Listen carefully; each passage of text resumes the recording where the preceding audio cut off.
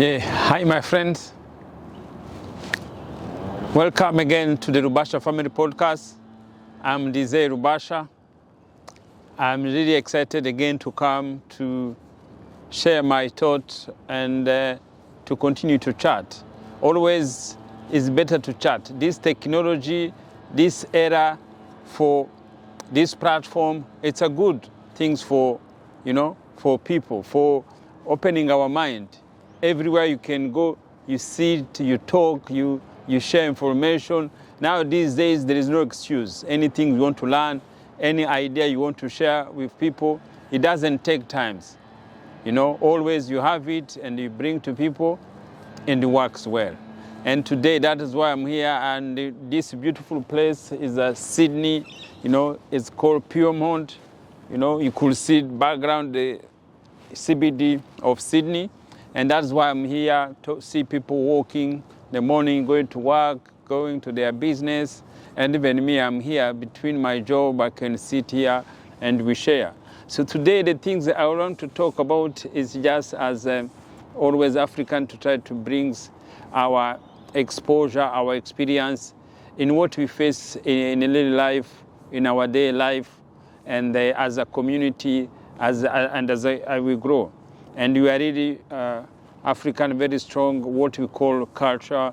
And the culture we can mix again with main traditions. So all those things there, you put the society together. And sometimes always when you question about it is what you compare, where you live, maybe in the Western country, in diaspora countries, and then when you go back home in Africa. So those things make us to think we are different. Those things make us think this culture is different to another one. And that will question about, is it the culture we are talking about, or is it people, the way people live? So the way people will live, especially, yes, is culture, but does it make different if white or black people can have the same way to live or to have life? Yeah, so only things we're going to talk today is about at least what we wear, especially I'm going to hear my program is just to inspire and to motivate. And this is some things happening, campaigns happening around the world to empower our women and girls. So, and now that is what we're talking about, how we go to continue to empower our sisters, our daughters back home in Africa and everywhere. Even here, they're campaigning to empower women everywhere. That is why I'm here. How we go to empower women. And of course, to empower women is going to start from the household, for our families. So how we deal with families in house is the key, because girls and boys, they started from home.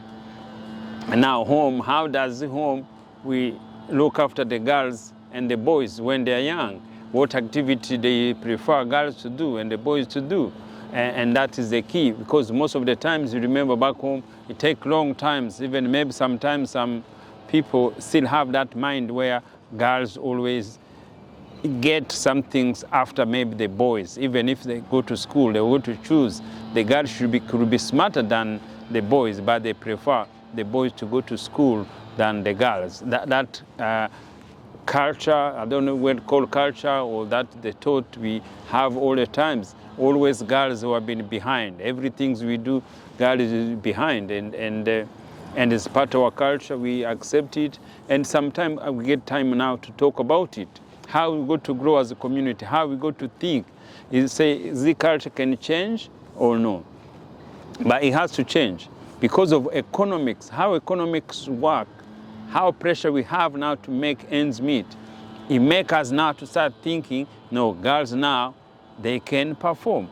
They can work with anything they can do. A husband and a wife, both they have to work. Before, always men, they used to think, no, I have to work, I have to bring the food, and the women were there looking after the children. But these times, because of economy, because of the power, because of everything, that belief is changing. Everybody now, we need to work. We need to be 50-50 to be able to to live. But some people, if they feel comfortable to do that way, and also it's good. It's also about the freedom of each individual. So always we have been generalizing, and that is where I'm going to talk about it. So there are people who are really happy to stay home as women who don't want to work, they want to look after the children. You got to find those in every society. But what are we talking about? The one who wants now to work hard, the one who wants now to become having self-funded, having their own education, having their own life as women. That is where the key is going to rise about them. The one which people are stopping to move forward because of their women. The one which they want to fight, maybe they go to be the armies, they go to be thinking there. And because that mentality from the old age, it keeps stopping them. That is what we're going to see. We're going to talk about the ones who want to be outside in the competition, outside working, outside look after themselves, look at the family, become the head of family, become the leader of the big organization or big companies. That is where we try to talk about it, because people will have different minds. But always back home we have been generalizing, and we put all girls, all women in one basket. Even the one who could be better, who could govern better than boys, we don't want them to happening to them. But now things has changed. That's why we want to empower one, the one who want to study, wherever they want to study. We give them those freedom from young age, from the household. Let them to be free for what they want to be, because, and that is what it has, because the person who want to be is just through the mind. It could be a girl, it could be a boy, always started their mind.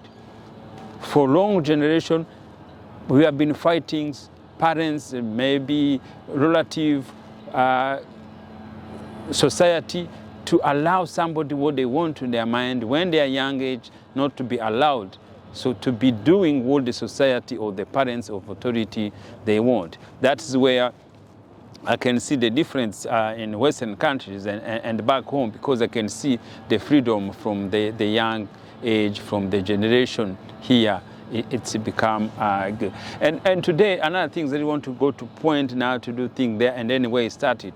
And I've been realized, the other day I was watching, she's a senator in Kenya, and she was having a speech in front of people. She was standing, talking, and she was wearing a dress, and where maybe people could see her, her thighs, her legs, and then talking, people looking, and then an old lady stand up, and then have a kanga, and then bring it, and then he lapped up the senator, and she was talking. Of course, she was shocked because she sees somebody behind, and then he bring it, and then he cover. So that is why I say, walk that. My question is, what that already in her mind she was thinking? What she was thinking to see her senator talking, to see wearing a dress, her legs, people can see it. Her mind, what was talking, and what other people in the crowd also was talking, or they in their mind. And that is where I'm coming is now. How, as a man, or as all women, or everybody in the community, when you see a woman wearing miniskirt, as African, what is coming in your mind? What do you think in your mind? And that is the big question. And they make it as to think, even I can realize now in churches, when you go to churches, you're not even allowed to go wearing miniskirt. Even if you're wearing miniskirt, the ushers there, on the door, they're not going to let you sit in the front. They go to put you somewhere where the pastor can't see you wearing miniskirt. And that is the question. Why do you still have this poor mind thinking to a miniskirt is some things like a sin? You see the young group of boys when they see a girl already wearing miniskirt, and what they do? They make noise. They abuse her. Girls, they can't be comfortable to go in public transport wearing dress. They can't sit, they can't be comfortable. Why is that?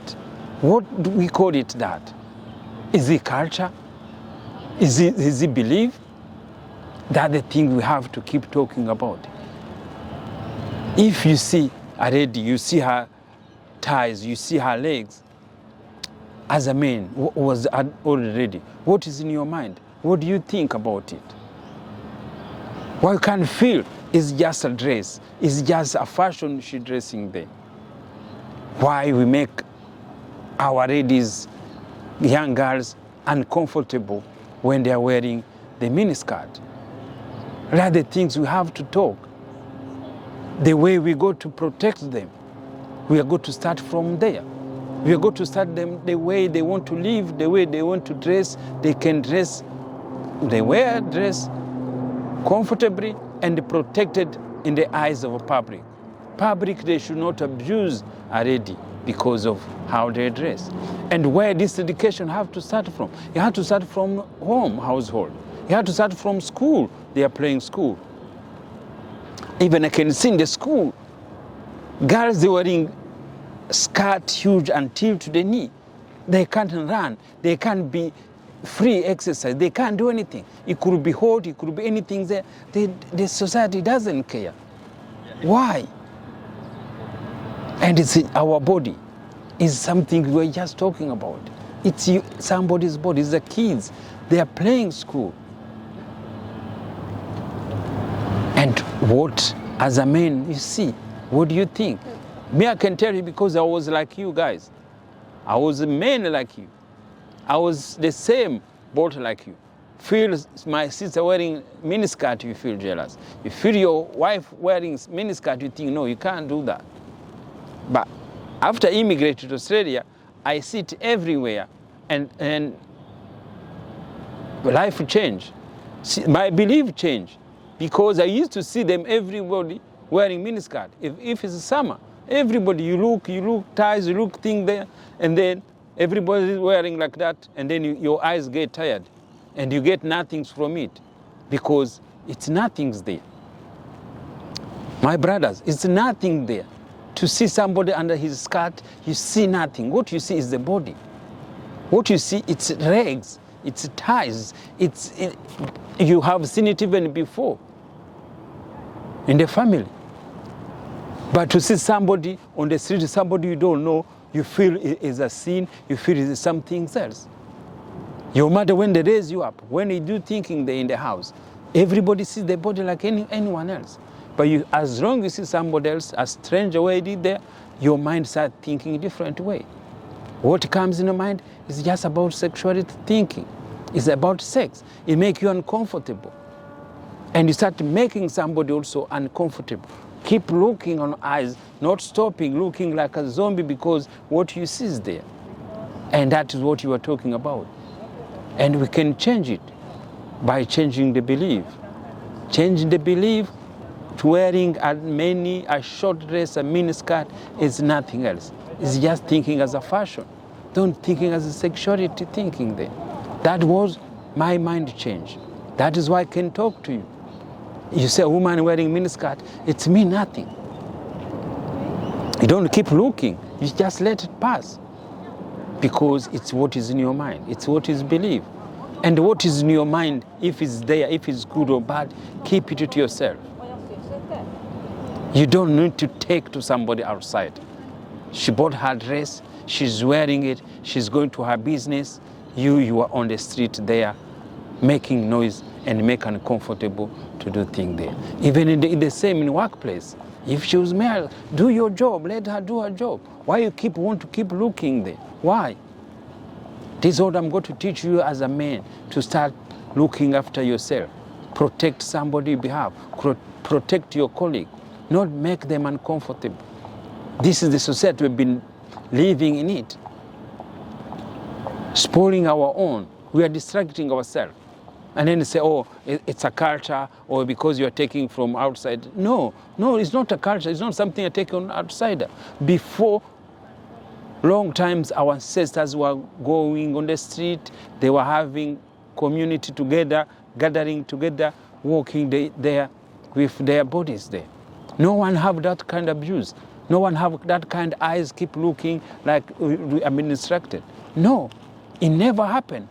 It happened when now we start getting dressing, we start getting clothing, and they start taking as a culture, and start taking as a fashion, and then they started taking as to respect women, people, because that is what the fashion is. The fashion is men different. The fashion for women and the fashion for women, the men is totally different. That's what we're talking about fashion. There's women there who like to wear long dress.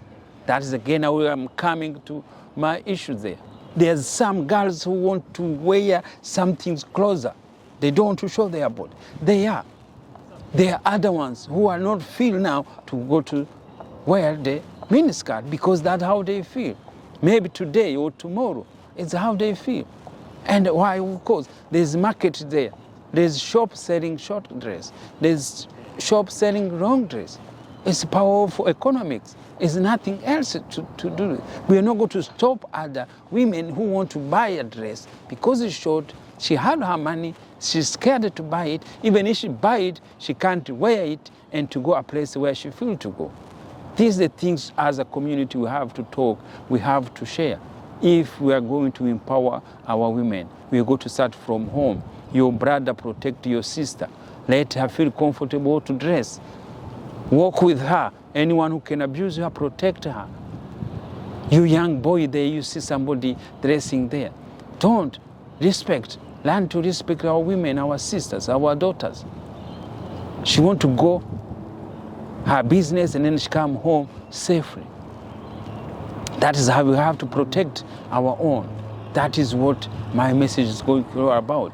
That's how we go to inspire women. There's a huge competition out there. They want to go dress well. They want to feel comfortable. They want to feel good, whatever they are doing. It's everything set in their mind. In our mind also, keep stopping other people who to live, to do their lives. This is what we are sharing. The change has to come within. Change our belief, we change our life. Change the way you see thinking there. See women wearing dress, don't think about sex, don't think about children. See it as a fashion. See it as a dress. And that is what I learned. That is the main. I want to keep sharing this with you. This single day, our idea is how to going to improve our day lives, our daily activities, to protect each other, to protect one another, is to start from there, is to start from the family. Guys, thank you, and continue to support me, the Rubasha Family Podcast, and also my personal channel in Kinyarwanda, Dizeye Rubasha. Thank you, and have a nice day. Today is just nice, sunny, so sometimes maybe you can't see me because of the sun behind me, but it's a beautiful morning. Thank you, and have a nice day.